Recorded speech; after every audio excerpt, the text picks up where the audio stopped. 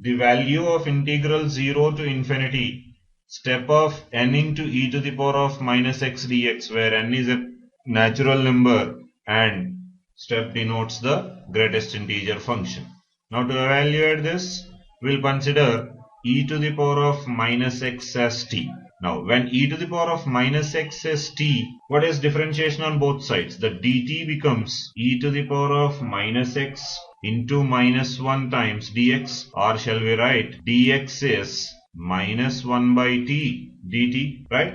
And the integral limits also changes. As x tends to the lower limit 0, the value of t would become 1, and as x tends to the upper limit infinity, the new variable t would become e to the power of minus infinity, that would be 0. Then how will be the required integral now? Now how is the required integral? Integral 0 to infinite step of n into e to the power of minus x dx. Let's express this in the new variable t.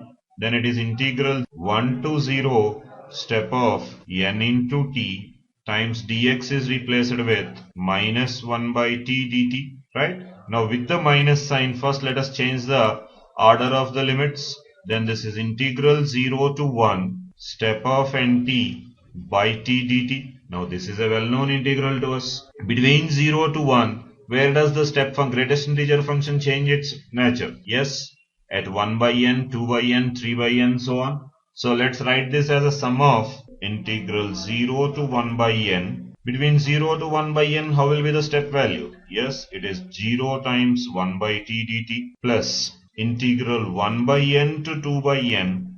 Now here between 1 by n and 2 by n, step of n into t would be 1 into 1 by t dt plus integral 2 by n to 3 by n. Step of nt between 2 by n and 3 by n would be 2 times 1 by t dt plus so on up to, how will be the last part?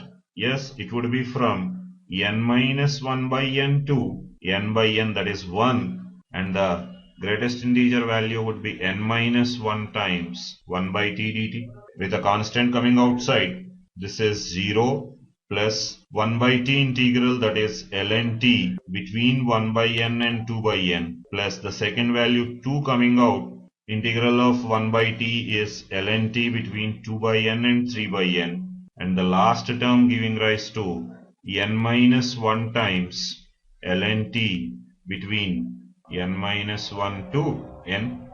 So this value when simplified would be now leaving us with ln 2 plus 2 times ln 3 by 2 plus 3 times ln 4 by 3, so on up to the last term would be n minus 1 times ln n by n minus 1.